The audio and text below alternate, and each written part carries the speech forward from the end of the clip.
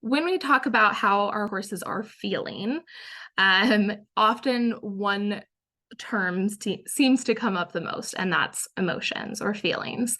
Now, defining emotions can get pretty tricky. There are a lot of different interpretations and models when it comes to study of emotions.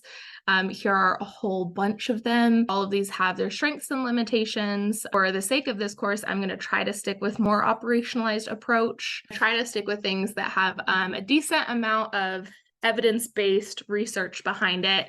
So when it comes to defining emotions in an evidence-based perspective, the best definition that I can find is that emotions are mental states brought on by neurophysiological changes variously associated with thoughts, feelings, behavioral responses, and whatnot. And I don't know about you guys, but that definition is not very satisfactory to me because it's still very open.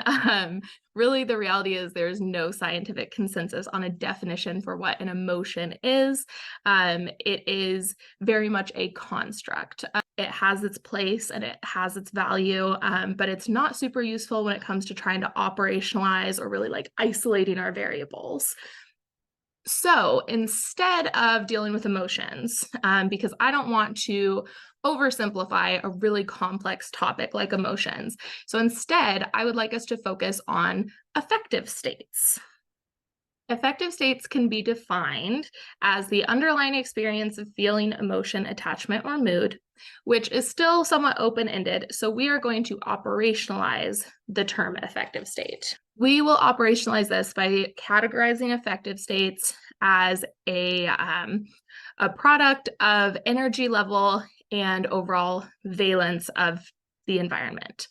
So valence on a spectrum from unpleasant to pleasant. And then we'll also have energy level on a spectrum from high energy to low energy. And when we put these together, we get this handy dandy little graph that we're going to use to categorize affective states. If we stay down in the low energy, pleasant valence, then we'll be looking at a calm horse, a relaxed horse. If we start to pop into higher energy levels, we'll look at an excited horse or a happy horse. If we start to look at the unpleasant valence in high energy, it's panic and anxiety.